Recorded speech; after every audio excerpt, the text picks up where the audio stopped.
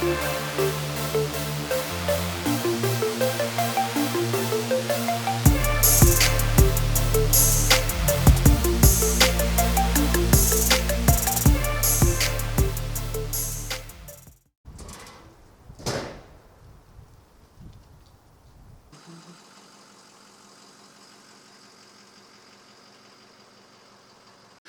right here is my plow truck. This is my setup for 2017. I have a Fisher. It is the X Blade. It's a stainless steel plow.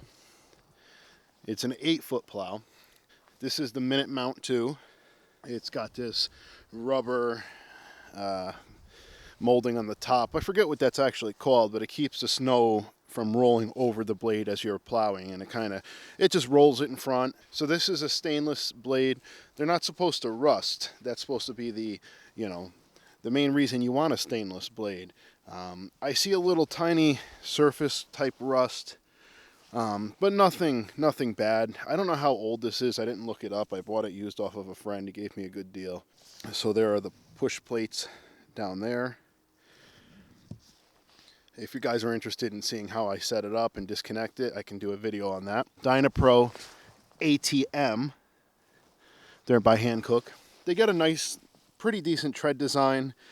They're pretty grippy, especially in the snow. They work really, really well.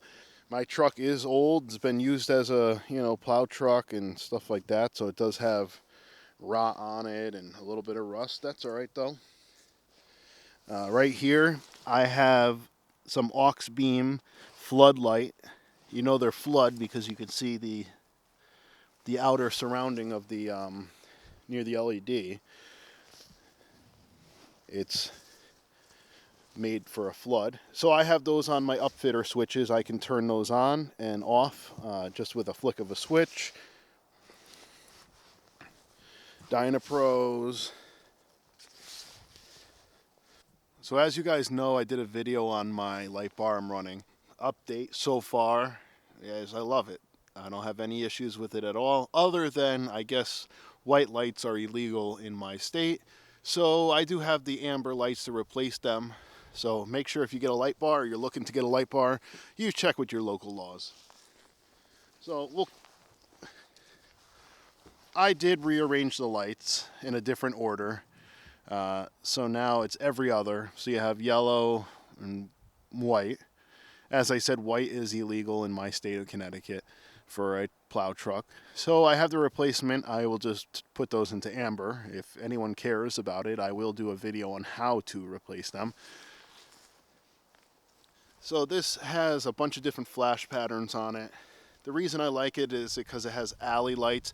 So these lights right up here, right there, those lights will light up the left and the right. So when you're plowing and you can't see to your left and right, just throw those on. I do have takedowns. Let me turn the flash patterns off and I'll show you. So here is the control for the light bar. What it displays on here is what the light bar is doing. I'll turn off the primaries and I'll just turn it on like that to show you. So you're going to see that the takedowns are on and the alleys are on. All right, so you have the alley on, so the left and the right of the truck are lit up. You also have the ones in front, and they don't look bright now, but trust me, they are very bright. The camera's just not picking it up because it's daytime. But nice investment, $500 for that. Abrams Manufacturing makes them. Really high quality light bar, good for years to come. So if you're interested in it, check it out. I didn't get paid to say that. This is my honest opinion. I paid $500 on Amazon for it. So now we're in my truck. I will just turn it on just so we don't have a bunch of annoying lights on. Yes, I have water and fuel. I have to drain the old water separator. So this is my plow truck. It's also the truck I use all the time for landscaping. 242,510 1,000 miles. That's miles for anybody who may be out of the country. It's not kilometers. So there's the dash. I just have an aftermarket CD player in there. It's got Bluetooth. That's the main reason I got it. I just wanted Bluetooth because diesel's loud and you can't be holding a phone. It's against the law and dangerous. So I put the little, oh, come on, focus. I don't know if it's going to focus. It's a little microphone. I got to get a different shot, a different angle. But it's a little microphone up here. Yeah, it's not going to focus. But anyway, that's the main reason I upgraded it. It's a cheap Walmart head unit. Here's my upfitter switches. I have my auxiliary 1, which is an aux beam light up front. Auxiliary 2 turns on the rear floodlights. And the controller for the light bar. I also have my joystick for my plow. So here's the joystick.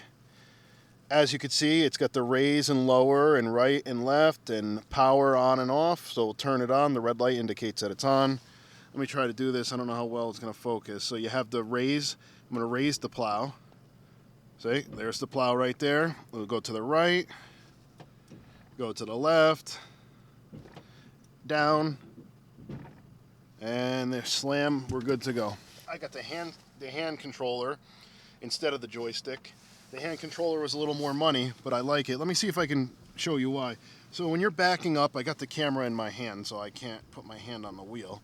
But when you're driving, you steer with one hand, and you can use the plow with the other, and at the same time, you could shift drive to reverse, or reverse to drive, and still hold this in your hand. So instead of having the little joystick mounted, I find that very annoying. I got the hand control. So I bought a crew cab for a reason. It's a pain in the rear end to plow with a crew cab with a long base. It's really, really hard to do it because you can't make sharp turns.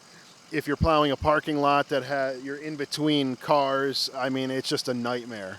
But the main reason I bought a crew cab is in case I have workers with me, or mainly the main reason is for my children. Sometimes when there's no school because of the snow, I have to take them plowing with me, and they love to bother me and scream, we're going to crash and die, and irritate me, but that's just what we have to do. So here's the floodlights on right now. We got the one aux beam there, other aux beam right there. These are nice for when you're reversing at night and you can't see anything. Also, if you're unloading your truck at night, turn them on. You can unload your truck. Obviously, you connect your trailer to right there, so if you're backing up even summertime and it's dark, pitch black, you could see perfectly. And it's really a nice feature to have, so I suggest you guys, or if you're thinking about them, pick them up. They're really cheap. If you break them, just get new ones.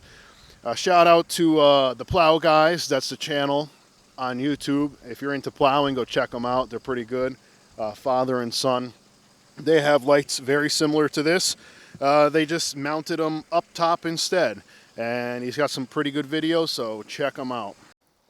So I make some decent money snow plowing, but my main concern is property maintenance and, you know, lawn care in the summertime.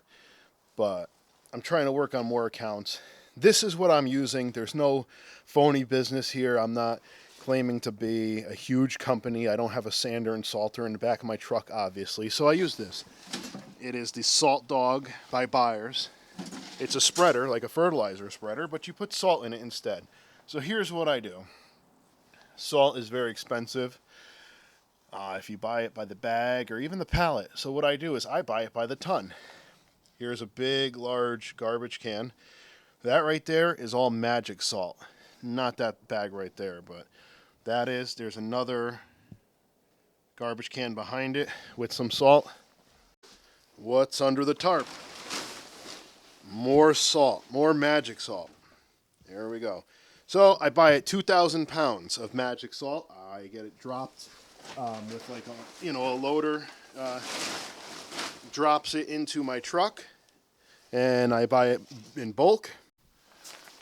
So as you saw, I buy magic salt and I buy it in bulk.